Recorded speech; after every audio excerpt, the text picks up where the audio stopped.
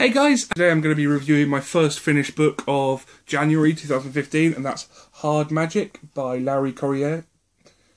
Correia, I don't know how to pronounce his name.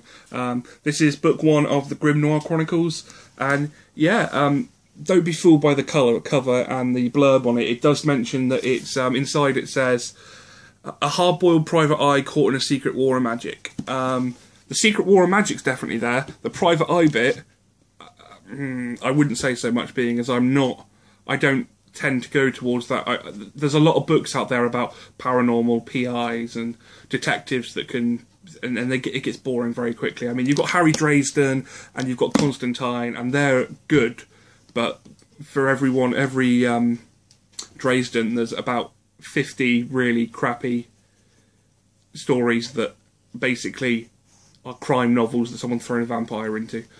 Before I get into the spoilers, I will give you a quick blurb in case you're interested and you want to go read it. So basically, this follows a guy called Jake Sullivan, who's imprisoned for saving an active, which is what they call people who have magical powers.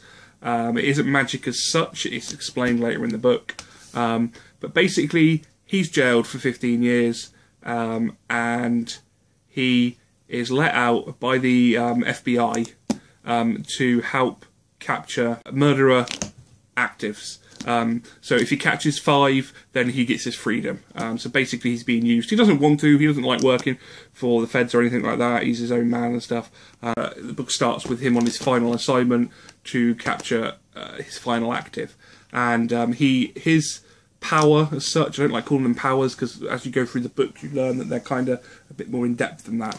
But you find out very early on that he's what's called a heavy, and he has control of the powers of gravity, so he can control mass and density and stuff. So very early on in the book he has to climb up an elevator shaft with the wire, and he's this big guy because that's what they're like, so he changes gravity, so he literally is falling up the elevator shaft, and he can do things like he can carry lots because he just changes the small amount of gravity, so the thing's really, really light. That was really interesting to me. I picked this up cheap from, I think it was a Works or one of those kind of places, just because the front cover looked kind of cool and cheesy, and it said about B-movies, and actually I really enjoyed this. So yeah, if you're at all interested, go pick it up, go read it. It is part of a collection. There are 4 books, I believe, at the moment. That is the spoiler-free bit, so if you don't want to know any more about it, stop watching now. Thanks for watching, and if you do go and get it, let me know what you think. And if you've already read it, give me a review in the comments. So yeah, spoilers are coming next. You going? Turned off? Right? Good. Right, so, Hard Magic. So basically, Jake Sullivan, he, like I said, he is on his final capture of an active, and he finds out it's an old friend, an old flame that he hasn't seen for a while. And basically, I'm not going to go into too much detail because it's a long book for me, personally, and I can't remember all of the detail, which is good because I want you to go and read it and enjoy it yourself. Basically, he discovers that there's this group of knights called the Knights of the Grimnoir, and they're facing the Imperium, which is basically Asia. And this is set during the 1920s, so there's a lot of war tension going on. And they have airships, and you meet a guy called the Pale Horse, which is basically death. You get things like, you get actives called healers, and they can obviously heal people, but then you get the opposite, which, they're known as the Pale Horse because they can touch you and give you disease. So they're basically pestilence. But he's a really cool guy in this. He's a bad guy. Well, yeah. Ends up being kind of neutral. I haven't said no the spoilers from now on, but I kind of don't want to ruin the ending of it and stuff. But there's a really cool description. I love the way that there's a whole chapter dedicated to it. Larry Correia builds up the power, and the way he explains people having power and stuff is, he explains it as one of the guys is kind of dying, and he goes into the place where the dead dream. And so I think it's like limbo. And it's basically either your favourite or your worst place, so your interpretation of heaven or hell. So for one of the characters, it's the farm she grew up on, but for the character Jake Sullivan, it's the trenches in the Somme during the Second Great War, as it is in this book. And he describes the power as being this giant geometric jellyfish that's squatting over the earth. And it's all those geometric shapes, and all of them come down onto people to give them their power.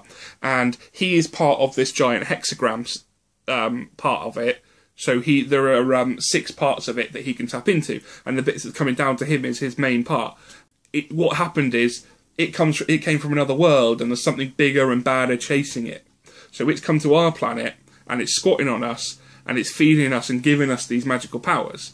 And then when we die, so it gives the humans magical powers, then they're called actives. As the actives live and learn to use their powers increase, and then when they die, it feeds back to the creature, so the creature becomes stronger, and then he feeds back to us, so we have more magical people, so eventually all of our human race is magical, and we can defeat the thing that's chasing the jellyfish, as such. And I loved that, and I loved the idea and the description of it. I'm hoping it's touched on more in other books, because I think it's really interesting. There's plenty of action in it. There's people summoning things from hell. There's zombies, but not zombies, which is good, because zombies bore the shit out of me. There's angry people. There's people learning their powers as they go through. There's conspiracy. There's giant airships the size of cities. And then there is a proper, like, action movie, cliffhanger, big boom everywhere, ending, and, yeah. I don't want to go into too much detail. One, because I can't remember stuff from early in the book, because I just got so engrossed in the ending. And two, I don't want to ruin it for people. One thing I have heard about this is Larry Correia, whatever, he is quite right-wing. And I've heard some speculation on reviews of people either avoiding the book, or they enjoyed it, but then they hated it because they learnt that the author had some views they opposed. Now, I'm a big H.P. Lovecraft fan, and he was a xenophobic. I still love his writing. This guy, the nice thing about opinions is people can believe what they want, and we are allowed to disagree with that. I don't care what the guy's author is. I read this book and I enjoyed it. So, it's a good book. So don't let that put you off. Go and read it if any of what I've said sounds good. And please let me know what you think, because I'd love to talk to people about it. And yeah, thanks for checking out this review, guys. And if you do go and read it, I hope you enjoy it. Cheers, guys. Bye.